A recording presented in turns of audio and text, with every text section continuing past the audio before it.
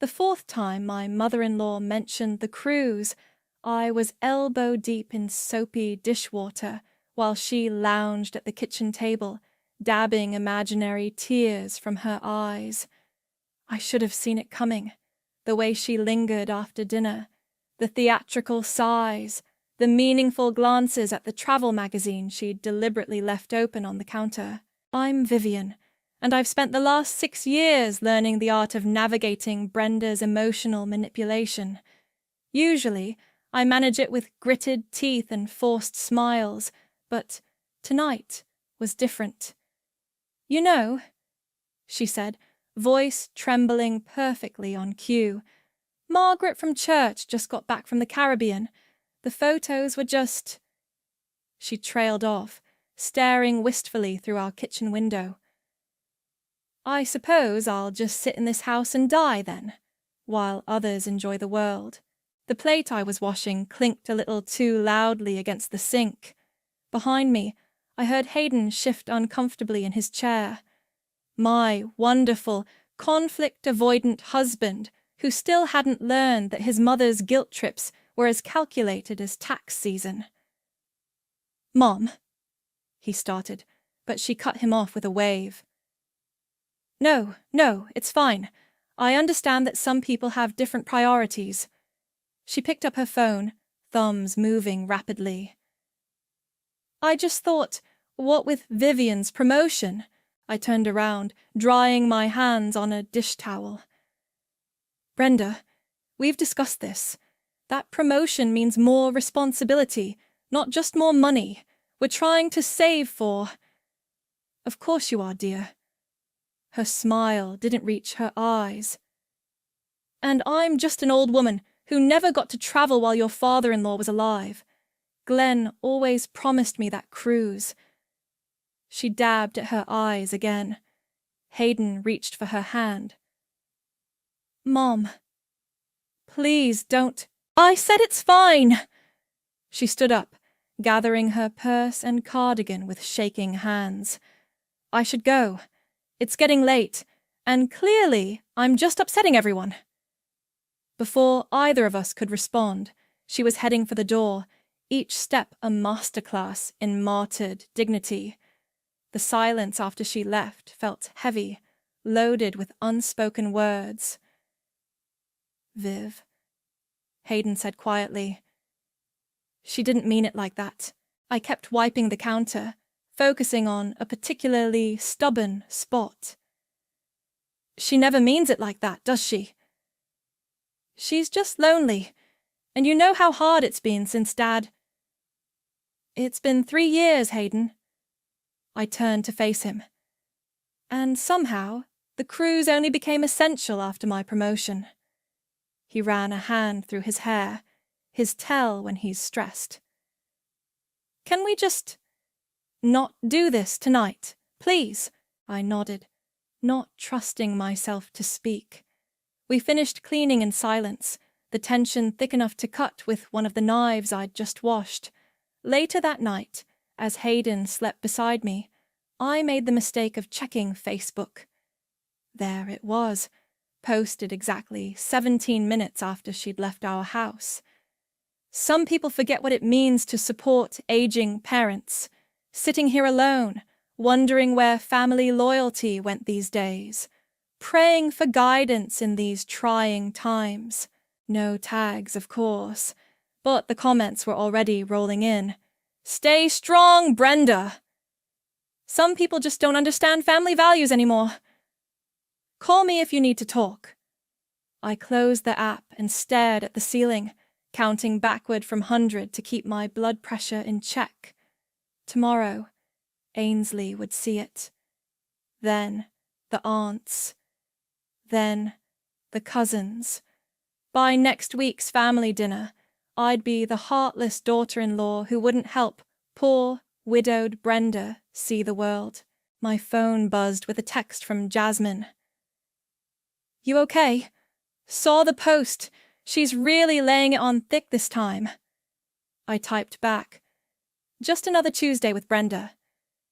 But it wasn't just another Tuesday. As I lay there in the dark, listening to Hayden's steady breathing. Something shifted inside me. 6 years of swallowing my responses, of being the bigger person, of watching Brenda play the victim while painting me as the villain. It was enough. My phone buzzed again. Jasmine. Want me to comment? I can accidentally mention that Caribbean cruise she took last year. Not yet, I replied, but keep that receipt handy. I put my phone away and smiled in the darkness. Brenda wanted to play the poor, neglected mother-in-law. Fine, but she'd forgotten one crucial detail about me. I worked in marketing. I knew all about crafting narratives and controlling stories, and I had receipts. So many receipts. Sunday family dinners were Brenda's favorite battlefield. I could feel the shift in atmosphere the moment Hayden and I walked through her front door, the way conversations hushed, the pointed looks, the artificial brightness in everyone's greetings. Vivian, so glad you could make it, Ainsley chirped, her smile sharp as a paper cut. We weren't sure if you'd be too busy with work. I handed her the wine bottle I'd brought. Wouldn't miss it. The living room was a minefield of passive-aggressive small talk. Aunt Carol asked about my fancy new office, emphasizing how different it must be from modest teaching, like what Hayden does. Uncle Pete wondered aloud if career women ever regret putting success before family. Brenda orchestrated it all from her armchair throne, nodding sympathetically at every barb thrown my way. Remember when Hayden used to volunteer at the senior center? Ainsley said during dinner, pushing her peas around. He was so generous before... She caught herself, but the damage was done. Before what? I asked pleasantly. Fork paused halfway to my mouth. Before marriage? Silence descended over the table.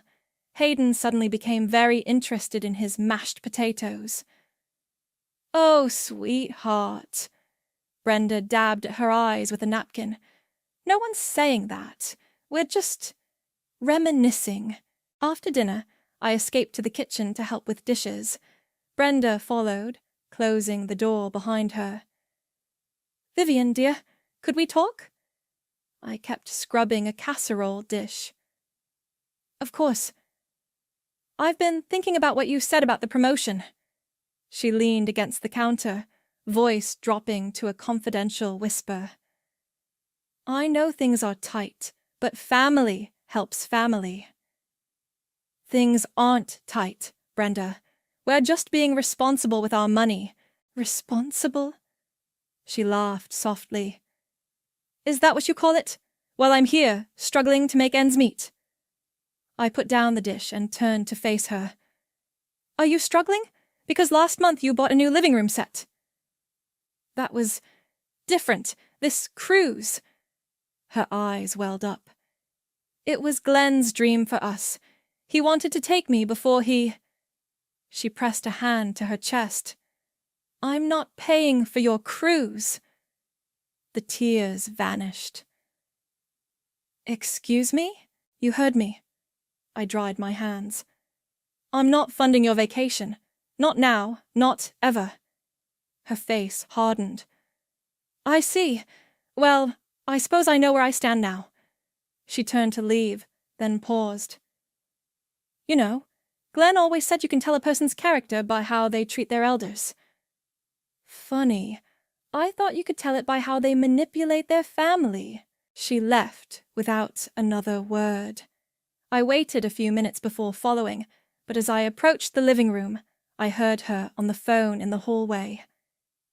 You won't believe what just happened, Margaret. Yes, the same one. My daughter-in-law, sitting on all that money while I'm practically begging to see the world before I die. Glenn would be heartbroken.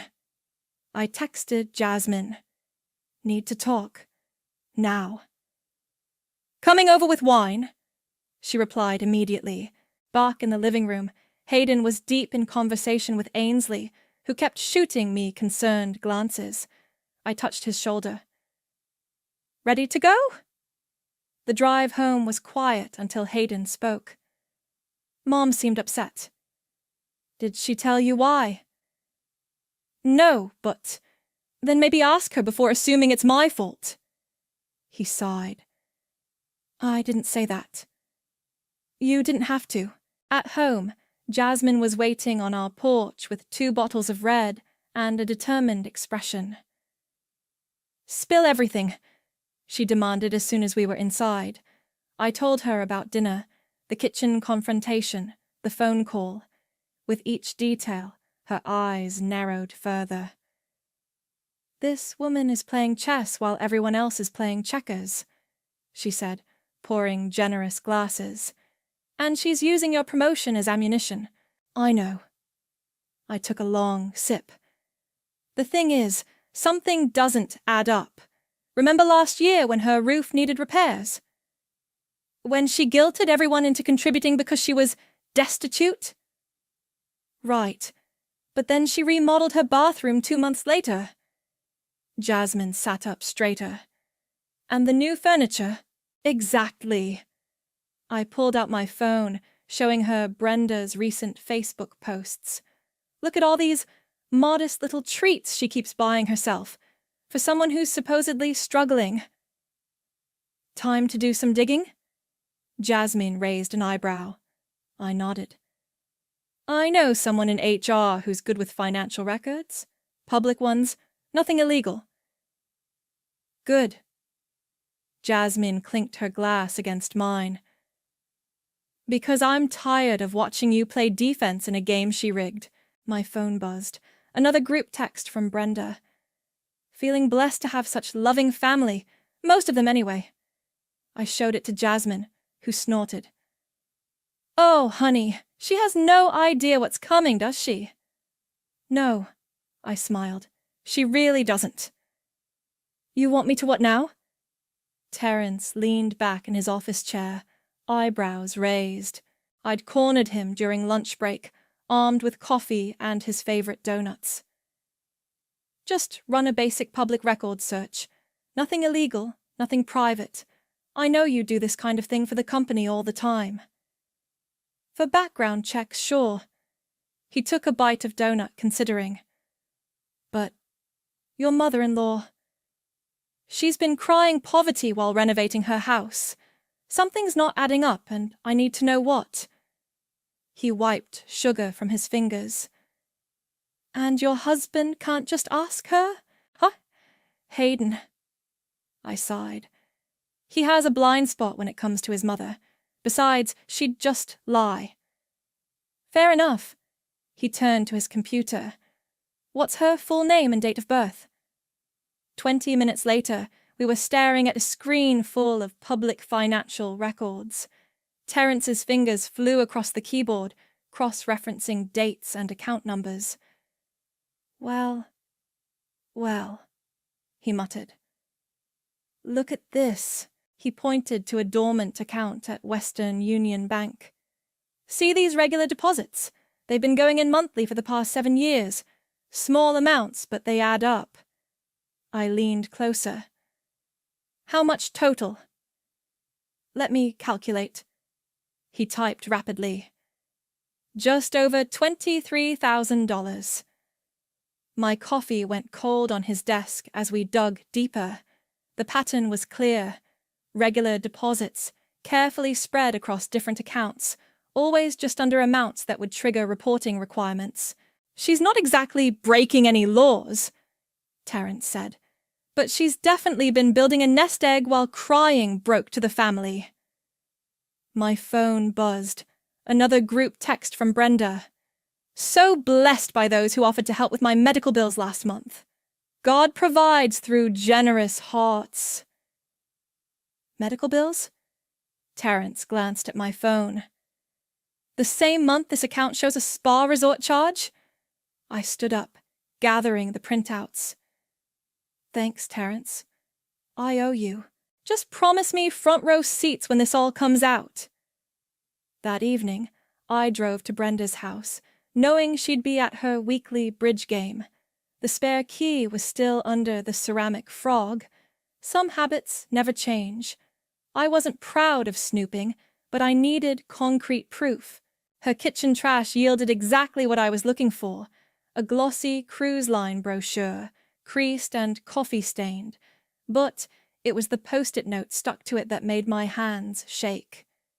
Paid in installments. Final payment due 9/15. I photographed everything before leaving, making sure to replace items exactly as I'd found them. Back in my car, I called Jasmine. "You're not going to believe this," I said when she answered. "Try me." I told her everything: the hidden account, the regular deposits, the cruise brochure. "That manipulative witch," Jasmine breathed. "She's been playing everyone this whole time." Playing us like a symphony orchestra.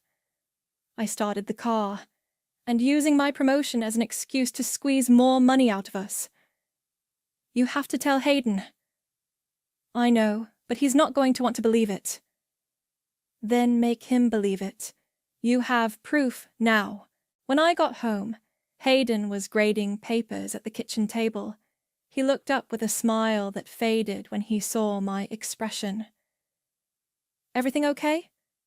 I sat down across from him. "We need to talk about your mom." "Viv, please." "She's been lying to us, to everyone." I pulled out the printouts. "And I can prove it." He pushed away the papers without looking at them. "She's always kept a little money tucked away. It's her security blanket, especially since Dad died. A little money? Try $23,000. That got his attention. "What?" "While she was asking family to help with her roof, while she was guilting us about medical bills, while she's been demanding cruise money." I spread out the documents. "Look at the dates, Hayden. Look at the amounts." His phone rang before he could respond. Brenda's name lit up the screen. He answered on speaker. "Hayden?" Her voice trembled. I needed to hear your voice. I've been sitting here alone, thinking about how things used to be, before Vivian started turning you against me." I watched his face as she continued, tears evident in her voice. "We were such a close family once. I just pray every night that you'll remember that." Hayden's hand shook as he ended the call. He stared at the financial records spread across the table, then at his phone, then at me. "I need some air," he said quietly, and walked out. I didn't stop him. Instead, I texted Jasmine. "It started. No turning back now." She replied immediately. "Good. Time to show her what happens when you mess with the wrong daughter-in-law." I looked at the cruise brochure photo on my phone and smiled. Sometimes karma needs a little push, and I was ready to start pushing. Hayden came home 3 hours later, smelling like the beer from his favorite thinking spot, the pub 2 blocks away. He sat heavily on the couch beside me. "I called Ainsley," he said. My stomach tightened. "And?" "She said Mom helped her with a down payment on her car last year. $5,000. He rubbed his face. "While telling me she couldn't afford her medications." "I'm sorry, Hayden." "Are you?" He looked at me sideways. "Because you seem pretty pleased about all this." "I'm pleased about exposing the truth, not about hurting you." He was quiet for a long moment. "Show me everything again." I spread the documents across the coffee table, walking him through each discovery: the hidden account, the regular deposits, the withdrawal dates that matched her various emergencies. "See this?" I pointed to a particular statement. "The week she told us she needed help with property taxes, she booked a spa weekend. She's always had a little tucked away," he said weakly. It's her security blanket. Stop making excuses for her. I pulled up Facebook on my phone. Look at her post from 2 days ago. The photo showed Brenda looking forlorn in her garden. Counting pennies for groceries this week, so grateful for my church's food pantry. Now look at her credit card statement from the same day. His eyes widened at the upscale restaurant charge. She's not just lying, Hayden. She's systematically manipulating everyone while building up her own savings. But why? His voice cracked. Why would she do this? Control, attention, because she can. I touched his arm, because no one's ever called her out. His phone buzzed. Another message from Brenda. He read it aloud. Sleepless night thinking of you, my boy. Remember when you were little and scared? Mommy always made everything better. I miss those days. Classic manipulation, I said. She's infantilizing you, trying to trigger childhood memories to regain control. Stop analyzing my mother like she's one of your marketing campaigns. Then stop letting her manipulate you like you're still 5 years old. We stared at each other, both surprised by my outburst. His phone buzzed again. Ainsley, this time. Mom's hysterical, he read. Says she can feel you pulling away. Says Vivian's poisoning your mind. I stood up and started pacing. You know what? Let's call her. Right now. Ask her about the cruise she's already paying for in installments. What cruise? I showed him the brochure photos. The one she's been guilt-tripping us to fund, even though she's already booking it herself. He studied the photos, his face hardening. The post-it note. Yep. Final payment due next month, while she's posting about counting pennies for groceries. His phone rang. Brenda again. This time he didn't answer. I need to show you something else, I said, pulling up my laptop. Terence helped me track more transactions. We spent the next hour following the money trail. Each revelation hit Hayden like a physical blow. The hidden purchases, the fake emergencies, the calculated timing of her guilt trips. Last Christmas, he said suddenly, when she said she couldn't afford her heart medication, she was in Vegas. I pulled up the hotel receipt. 3 nights at the Bellagio. He stood up abruptly and walked to the window. I gave her $800 for those medications. I know. I picked up extra tutoring shifts to help her. I know that too. His phone buzzed with a voicemail notification. We both watched as he played it on speaker. Hayden? Brenda's voice was thick with tears. Baby, please answer my calls. Vivian is turning you against me. We were such a close family before she came along. I'm not sleeping. I'm barely eating. Is this what you want? To kill your mother with worry? I think I need to go to the emergency room. My heart... I deleted the voicemail before it finished. Enough. Hayden didn't protest. He just kept staring out the window. We need to end this, I said quietly. All of it. The manipulation, the lies, the guilt trips. How? I have an idea, but you're not going to like it. He turned to face me. Will it hurt her? Only her pride and her control over the family. He nodded slowly. Tell me. First, I said, we need to gather everyone. Your sister, the aunts, everyone she's been playing against each other. And then... And then? I smiled grimly. And then we're going to have a nice family dinner. His phone buzzed one more time. Another Facebook notification. Brenda had posted a photo of herself, holding an old picture of Hayden as a child. A mother's love is forever. Some people may try to break that bond, but they'll never succeed. Hayden turned off his phone. When's dinner? I called it my folder of truth, a sleek black portfolio containing every scrap of evidence I'd collected. Bank statements, credit card records, social media posts, photographs, all meticulously organized and cross-referenced.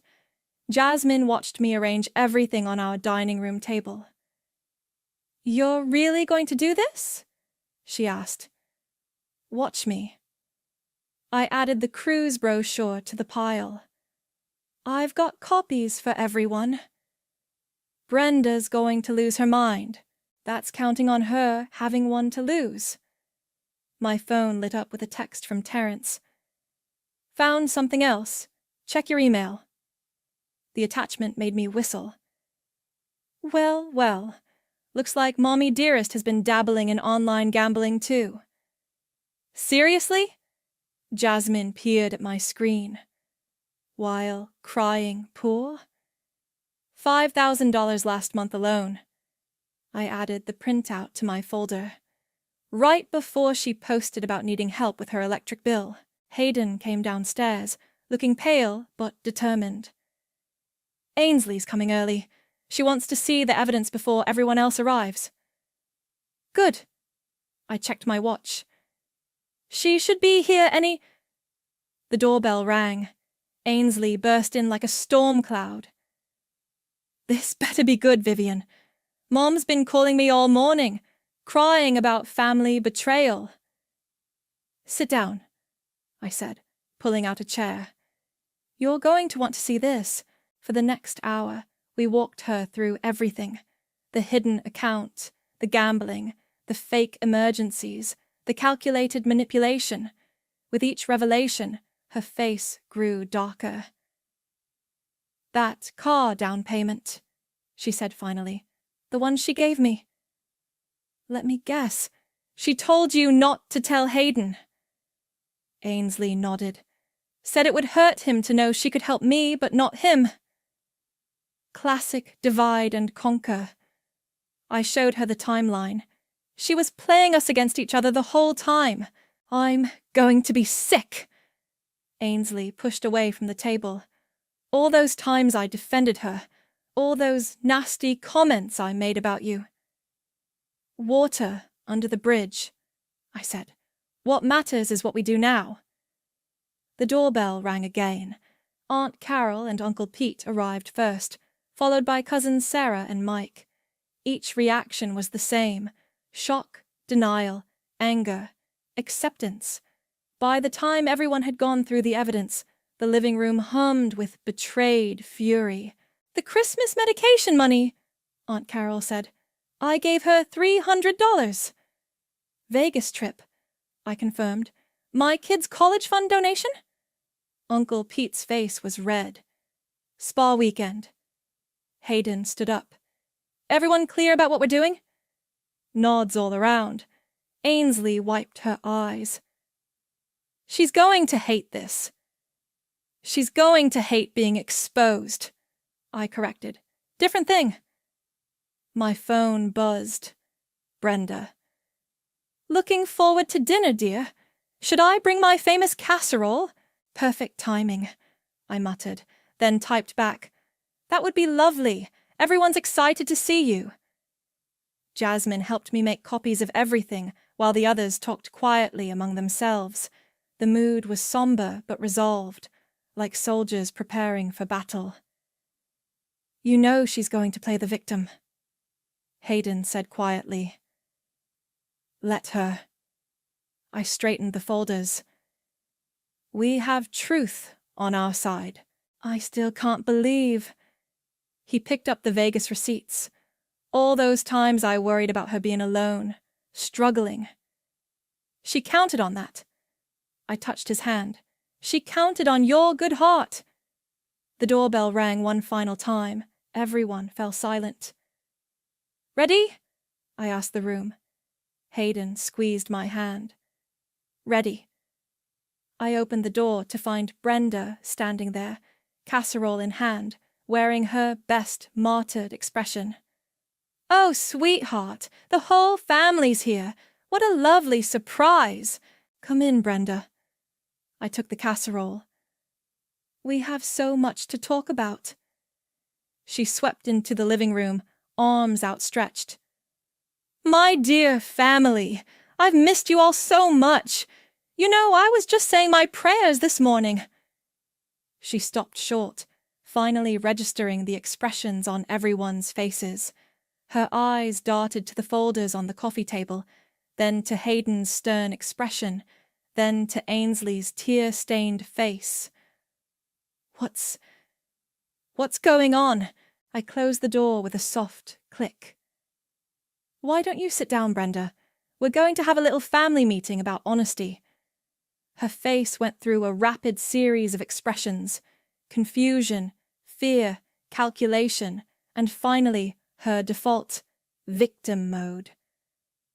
I don't understand, she quavered. Why is everyone looking at me like that? Hayden, baby, what's happening? I picked up the first folder. Let's start with Vegas, shall we? Vegas. Brenda's laugh was brittle. I don't know what you're talking about. I've never... December 23rd, 26th. I read from the printout. Bellagio Hotel and Casino.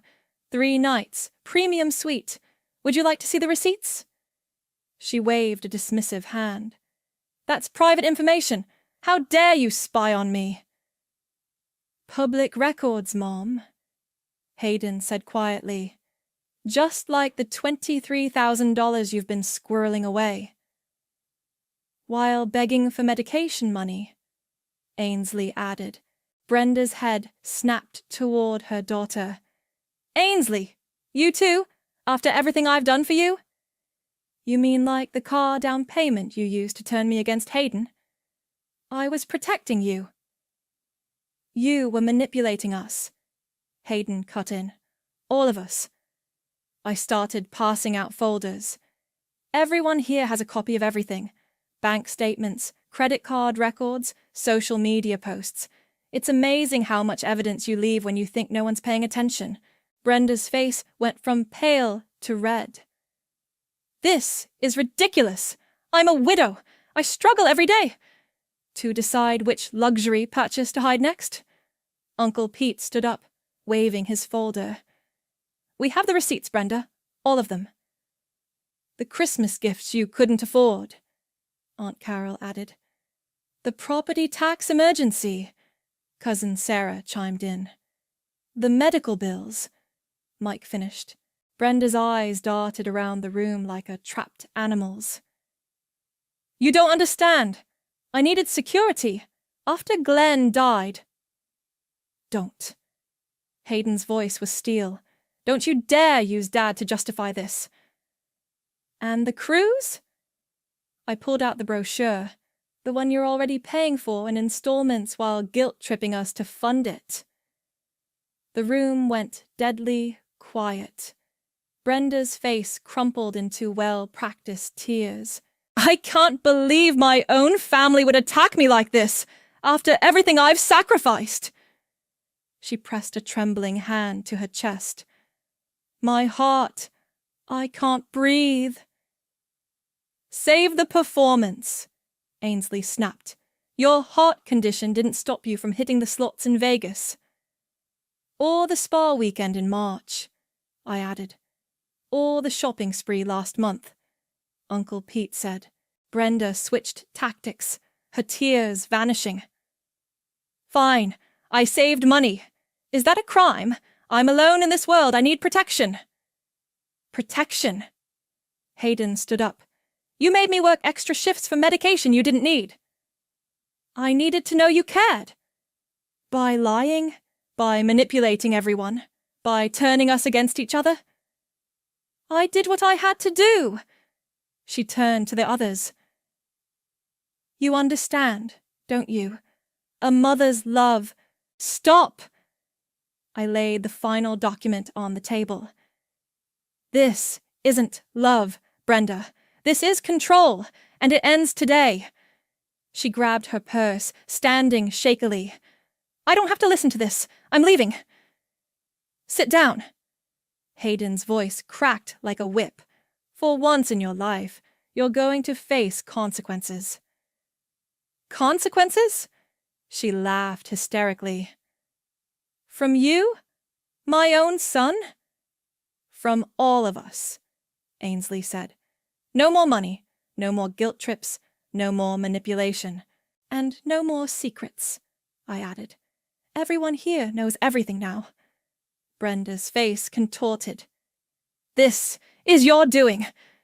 She jabbed a finger at me. You've poisoned my family against me. You're a predator who's turned my son against his own mother. No, Mom, Hayden said quietly. You did that all by yourself. She looked around the room one last time, seeing nothing but resolved faces. Then she grabbed her purse and ran for the door, sobs echoing behind her. The silence that followed was deafening. Well, Jasmine said from her corner, that was something. Aunt Carol picked up her folder. What do we do now? Now, I said, we make sure she can't play us against each other anymore. Complete transparency. No more secret gifts. No more emergency funds. And the cruise? Sarah asked. I smiled. Let her take it. Alone. With her own money. She won't, Hayden said. It was never about the cruise. It was about control. Ainsley checked her phone. She's already posting on Facebook. Heartbroken by family betrayal. Pray for those who hurt their own mother. Let her post, I said. We have the truth now. As everyone gathered their things, sharing hugs and quiet words of support, I watched Hayden. He stood at the window, staring at nothing. You okay? I touched his arm. No, he said honestly, but I will be. He turned to me. Thank you for being brave enough to do what I couldn't. I hugged him, feeling the tension in his shoulders. Sometimes love means facing hard truths. Speaking of truth, he managed a small smile. What should we do with all that money we're not spending on Mom's cruise? I grinned. Funny you should ask. I have some ideas. The fallout was swift and absolute. Within days, Brenda's carefully constructed social media empire began to crumble. Her dramatic posts about betrayal and abandonment weren't getting the usual sympathy responses. Instead, family members started commenting with receipts, literal and metaphorical. Remember when you said you couldn't afford groceries? Aunt Carol posted beneath one of Brenda's tearful selfies. That was the same week you bought a designer handbag. The family group chat fell silent. No more guilt-tripping messages, no more passive-aggressive memes about ungrateful children. Even Brenda's weekly bridge club started meeting without her. She showed up at my house yesterday, Ainsley told me over coffee. Tried to give me another check. And I tore it up in front of her. Ainsley smiled grimly. Told her I'd rather have an honest mother than a manipulative ATM. My phone buzzed. A message from Sarah. Heads up, Aunt Brenda's telling people you hacked her bank accounts. Let her, I texted back. Public records are public for a reason. Hayden was handling it better than I'd expected. He'd started therapy, working through years of manipulation and guilt. The night he finally blocked his mother's number, he slept through the night for the first time in weeks. Look what came in the mail, he said one morning, holding up an envelope. Inside was a cruise line brochure, the same one Brenda had been using to guilt us. But this one was different. This one was ours. Greece? I looked at him in surprise. He grinned. 2 weeks? All that money we were saving from Mom's guilt trips? I figured we deserved something nice instead. What about work? Already cleared it with the principal. And before you ask, yes, I checked with your office too. Terrence may have helped. I hugged him hard. You sneaky thing. There's more. He pulled out his phone. Ainsley and Mike want to come. Sarah and her husband too. We're thinking family vacation, just without the family drama this time. A notification popped up on my phone. Another desperate attempt from Brenda, this time through a flying monkey. Your mother-in-law is in tears. She's all alone. How can you be so cruel? I showed it to Hayden, who shrugged. Funny how she's always alone despite having that secret Vegas gambling buddy. Speaking of which, I pulled up my email. Terence found more records. Seems she's been making regular trips there for years, always when she claimed to be visiting her sick friend in Phoenix. Of course she was. He shook his head.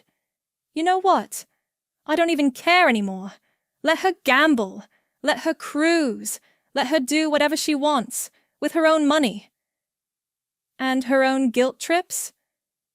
Those too.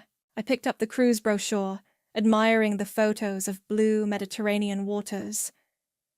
Think she'll try to crash our vacation when she finds out? Already handled it. He smiled. Nobody knows where we're going except the people coming with us. As far as Mom's concerned, we're doing a staycation. My phone buzzed again, this time a message from an unknown number. Hi, Vivian. This is Margaret from Brenda's church. I just wanted you to know, we always suspected something wasn't right. Thank you for standing up to her. Many of us have similar stories. I showed it to Hayden. Looks like we weren't the only ones. No surprise there. He started pulling up cruise excursions on his laptop. Hey, what do you think about sunset sailing in Santorini? The doorbell rang. We both tensed. It had become a reflex lately, but it was just Jasmine, holding up a bottle of champagne. Celebration time, she announced. Just saw Brenda's latest Facebook post. She's taken a social media break to heal from toxic people. Translation. Her lies aren't working anymore, I said, grabbing glasses. Exactly. Jasmine poured the champagne. And I heard through the grapevine that her bridge club finally called her out on all those emergency loan requests. We clinked glasses, and I felt the last bit of tension leave my shoulders. The war was over, and truth had won. Later that night, I sat down to write one final message to Brenda. Not for her manipulation, not for her drama, but for myself. You wanted a cruise. I delivered the storm instead. Enjoy your solo voyage through the consequences of your actions. Don't expect any rescue boats from us. I sealed it in an envelope, added the torn pieces of her cruise brochure, and dropped it in her mailbox. Ready to pack? Hayden called from upstairs. I smiled, thinking of Mediterranean beaches and family dinners without manipulation for seasoning. More than ready, I called back. Time for our own adventure. Let Brenda sail her sea of lies alone. We had clearer waters ahead. The Santorini sunset painted the white buildings in shades of gold and pink as our family gathered for dinner on the restaurant terrace. Ainsley was showing Sarah photos from their scuba diving adventure, while Mike and Hayden argued playfully about tomorrow's hiking route. My phone buzzed. Terence had sent a video link. Thought you'd want to see this. It was security camera footage from a local casino back home, showing Brenda being escorted out by security, screaming about rigged slots and demanding to speak to managers. Karma really does come in waves, I murmured, showing the video to Hayden. Let me guess. Another medical emergency fund gone wrong? Probably the last one she'll have, I said. According to Terence, she's been officially banned from 3 casinos now. Ainsley leaned over. Is that Mom making a scene? Again. Some things never change, Hayden said, but his voice held no bitterness anymore, just acceptance and maybe a touch of pity. a waiter arrived with fresh drinks and a plate of local delicacies. "Compliments of the couple at the next table," he said. "They overheard your story earlier and wanted to share something." The couple waved, an older pair with kind faces. The woman came over, pulling up a chair. "I hope you don't mind," she said, "but I heard you talking about your mother-in-law situation. I went through something similar with my own mother. It took me 20 years to do what you did in 6 months." "Stand up to her?" I asked. "Set boundaries," she corrected. "There's a difference between revenge and revolution. You started a revolution."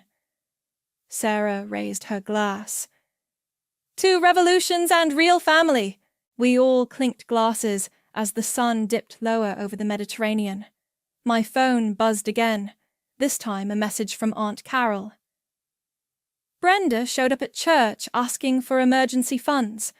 Pastor Thomas showed her the door, said something about gambling addiction resources instead."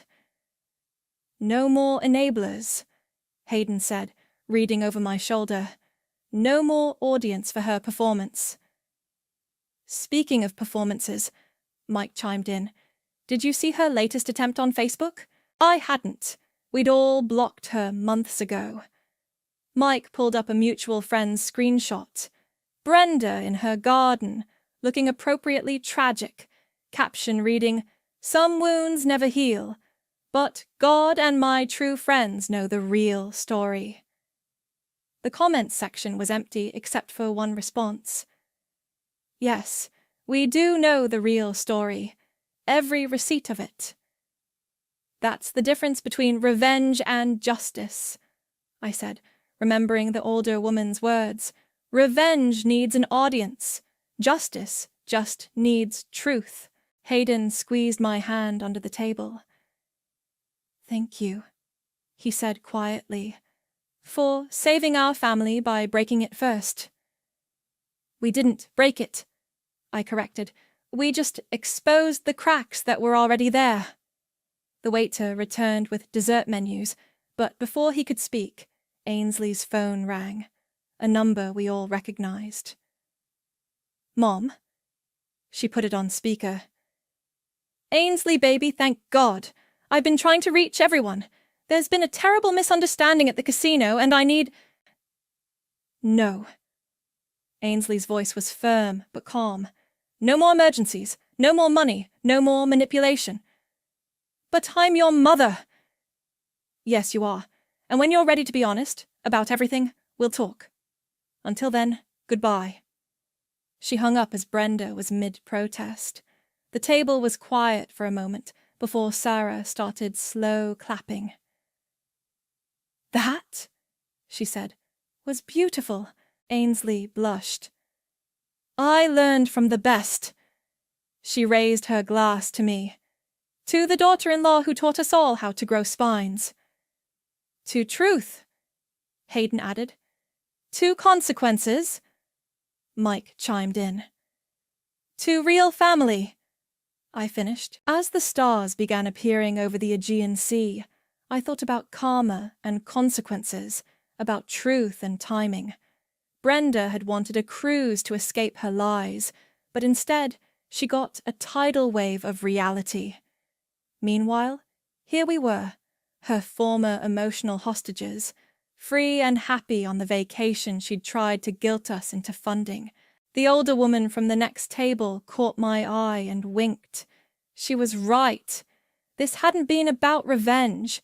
It was about revolution, about changing the rules of engagement, about deciding that love doesn't mean letting someone drown you in their lies. Hayden pulled me closer as the waiter brought our desserts. "Happy?" he asked. I looked around at our real family, not bound by guilt or manipulation, but by choice and truth, and smiled. "Absolutely," I said. "Pass the baklava. Let Brenda keep her garden of lies and her social media performances.